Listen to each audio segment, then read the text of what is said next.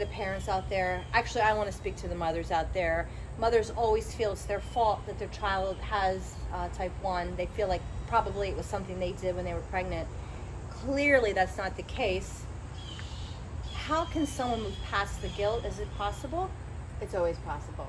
I think that what parents need to realize is that children are what's called secondary narcissistic extensions of themselves.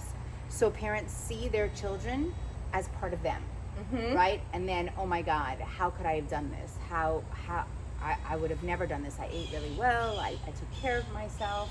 I think that parents are going to experience guilt until they realize that the guilt is not serving them, right? So what purpose does the guilt serve? I think that it's another stage of grief. It's another stage of loss. But once the family moves past the initial stages of the diagnosis and the shock, the guilt will come into play, and then the education comes into play. I think education is so much here, right? And to understand that you can experience guilt, because people feel guilt about tons of things, but you got to let go of the guilt because it's not serving you or your child or your family. Exactly, and that's where if you're really struggling, you should really think about talking to someone, because 100%. That guilt can influence things you do. Yes. You can overcompensate, yes. You can over worry, and that isn't necessarily helpful. Correct. Do you think it's possible to avoid burnout, parent burnout? Because with type 1, there is no pause button. Just because you're going to bed does not mean you don't have to be aware. Do you have burnout now? Yes. So is there ever a time that you don't have burnout?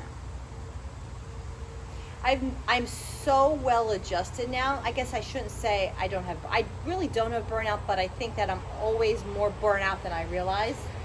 Because even though Sophia's well managed and I have a great support system, and my husband's like incredible supporter of helping with my daughter, you're always worried about what's the next stage. Of course. You're always worried about it, on top of them being in this world, and the world's a little nutty right now, so there's always that extra piece. Yes, I'm sleeping through the night now. Yes, I hear the alarms go off, and I'm not freaking out, and I'm not having a panic attack anymore, but I will always carry the concern and the worry and the hope that that there's a cure. So this is your new normal, is what you're saying. It's normal to not feel normal for 1 to 2 years, for sure. And also, I can say that we go away on family vacations. We pretty much do everything we want. My daughter is happy. We're happy. If anything, maybe it's made us closer. There's nothing more than I love my daughter. I feel like it's made me a more of an advocate, a stronger force in a community, and I'm having a good mission in my life as part of my mission to serve people. It gives me a lot of gratification and a lot of gratitude that I'm able to do this. So there's been a lot of positive in the midst of a tragedy, and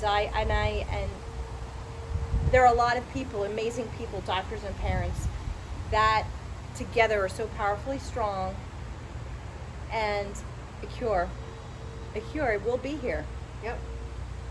That you have to believe that. Yeah, and in 6 years, the level of progress in technology I never would have expected. And we're very close to a cure. I can't say how long, but I'm very sure that there will be.